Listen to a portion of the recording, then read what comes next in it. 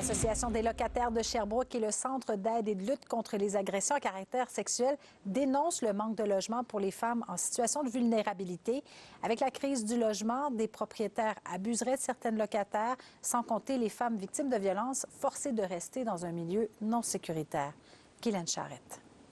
Le marché privé, ce sont les femmes les plus touchées. L'Association des locataires de Sherbrooke et le Calax Estrie tenaient en matinée un rassemblement devant l'église Sainte-Famille, qui devait d'abord accueillir 30 nouveaux logements sociaux, puis une bibliothèque, 2 projets abandonnés depuis.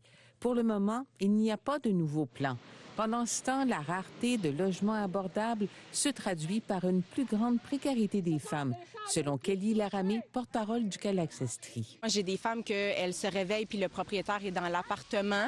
J'ai des femmes qui ont été agressées sexuellement pendant leur sommeil par le propriétaire. Il y en a qui vivent du harcèlement sexuel de la part de locataires.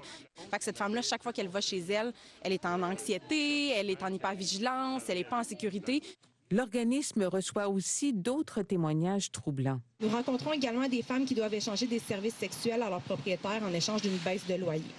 Souvent, c'est la seule façon qu'elles ont de subvenir à leurs besoins. Je pense que ce qui est nouveau, c'est qu'avec le prix des logements, les femmes ont nulle part où aller.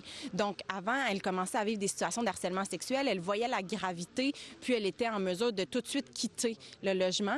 Les maisons d'hébergement débordent. En Estrie, on n'a pas de ressources d'hébergement spécialisées pour les femmes victimes d'exploitation sexuelle, pour les femmes qui ont vécu de la violence sexuelle qui n'est pas de la part de leur conjoint. Pour contrer le manque de ressources et le manque de logement, l'Association des locataires de Sherbrooke ne voit qu'une option.